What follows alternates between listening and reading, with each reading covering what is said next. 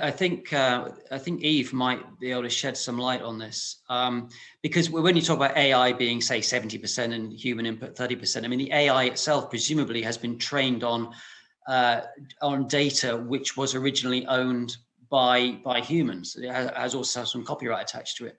So I wonder, Yves, if you could tell us about some of the ethical issues that you were talking about in your introduction, if indeed this is what you mean by ethical issues, when we're dealing with AI content creation. Mm-hmm.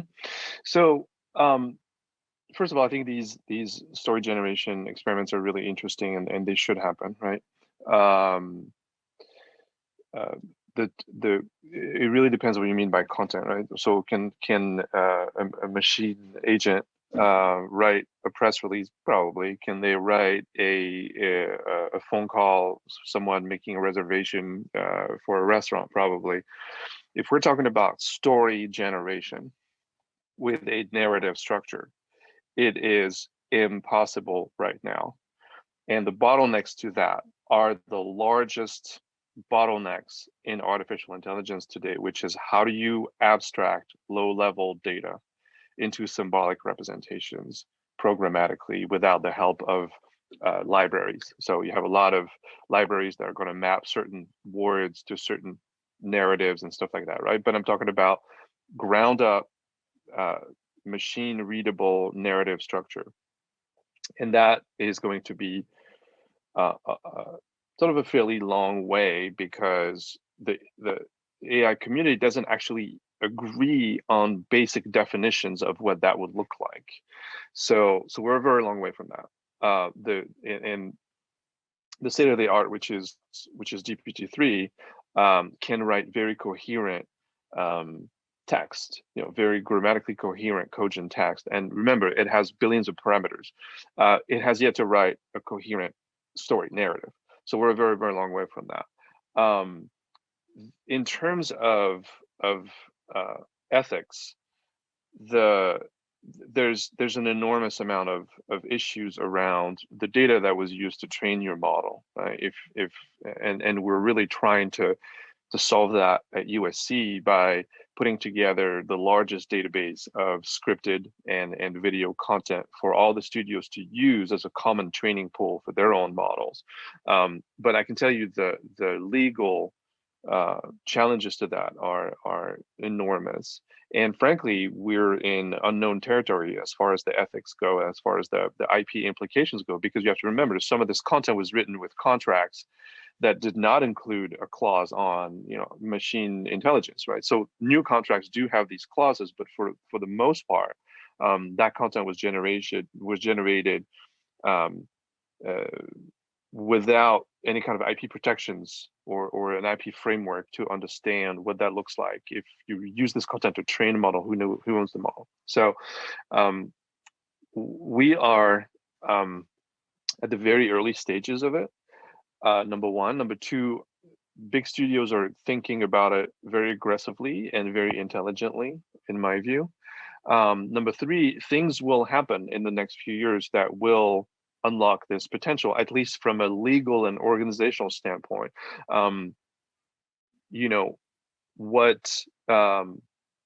What we have started measuring for writers is how unique their different narrative attributes are, right? And instead of making predictions, which we don't think is possible, we give them, at least currently, we give them a lot of context about this is where your narrative fits in the landscape of narrative and audience segments around that, because we put together the content data, the performance data, and also social media, billions of social media conversations. And that's very valuable.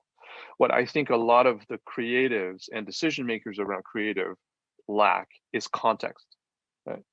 This script will resonate in this way with these audience segments. And by the way, these are the attributes of your story that they're really going to latch onto. So therefore, this is how you put your production money, right?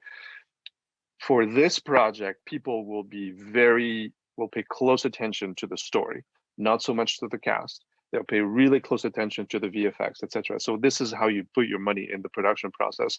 I think if we can deliver more signals to make content creators slightly more data-driven and audience savvy than they are today, because they just don't have the tools. It's already hundreds of millions of dollars of value. And you have to remember, media content generation and production is such an enormous, it's a $2 trillion global industry, right? So if we just make a 5% optimization, it's an enormous amount of money. And you have to really kind of think about it in these terms. It's like, we're going from a certain culture to another culture that is slightly optimized, in the meantime generating hundreds of millions of dollars of value with very, very simple things, some of which aren't even AI.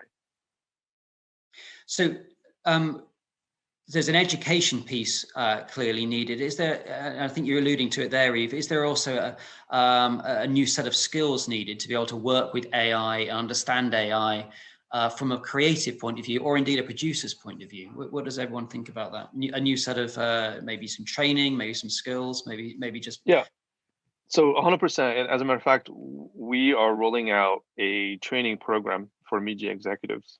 And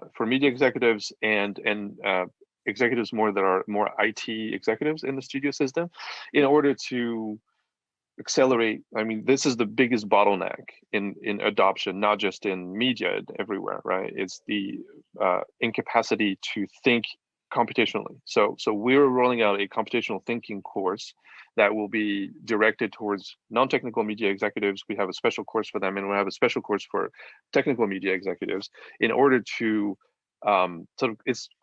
it's about greasing the wheels, if you will, of the organization, and make it a little bit more receptive and more understanding of the possibilities and the constraints of AI. Roy, what do you think about that? Thinking computationally, is that something? I reckon you do that already.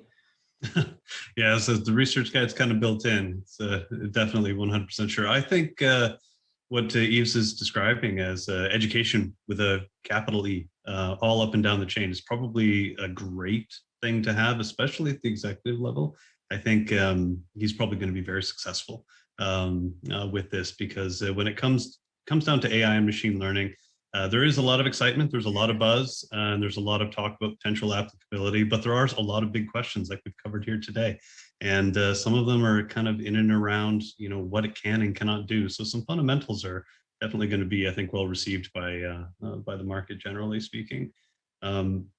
When it comes to us internally, we're gearing up. Like I mentioned in an earlier response, the technology is nascent. Is it a golden age? Are we at the cusp of a transformative stage? Absolutely. The tools are very nascent, and they are assistive at this stage. And I think a broader understanding of what that is and what that means is going to be really important, even when it comes down to AI and how it's used with respect to the business. Is it going to do something for the bottom line? I honestly think it's going to be doing something a little bit different, and that's letting us focus on creating quality stories, high quality output content for people to enjoy. Just a quick one to end. Sorry. Just a quick one to end. So education is important, and we understand that it's at an early stage, the technology. But what excites you, or what is coming down the track in terms of technology where we might see a breakthrough moment in this field? I mean, I know it's about more compute, more storage, more power, and that kind of. But is there anything specific that you can see, perhaps in your own developments, that you can just point us towards? Sri, have you got something? Yeah, I mean, I think a lot of small things are happening, and as I said earlier, it's very difficult to predict a specific feature or specific inflection point. To that extent, I do agree with Yves and Roy that today AI is more about computational intelligence. It's more about the assistive features. But going back to the script and the whole conversation that we just had, one of the things that we are investigating is, can AI, for example, not author a complete script, but can it at least, given all the parameters, produce a rough cut or produce a trailer, and so on and so forth. So I think personally, my approach and our approach to AI is helping our users and helping our users serve their customers better.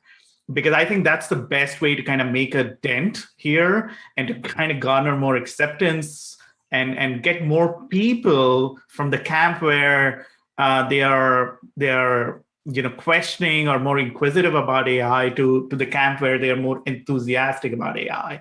And we can do that by helping them get better at their jobs and helping them with the creative outputs. So it's a journey, it'll happen. And then at some point, with Yves and all the education that the universities and all of us are producing, hopefully we will reach that inflection point.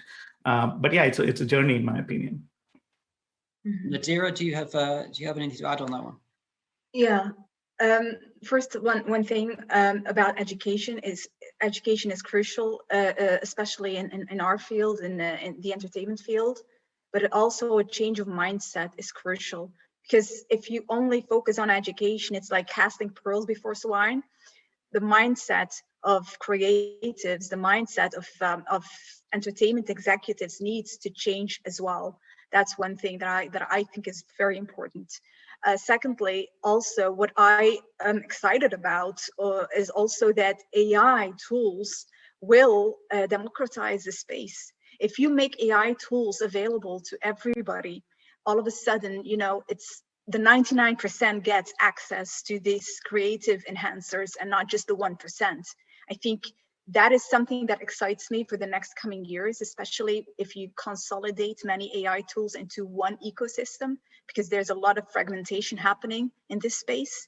I'm just talking about film and television. You have, the screenwriting software, you have the script analysis, the script readers, the screenwriting screenwriting competitions.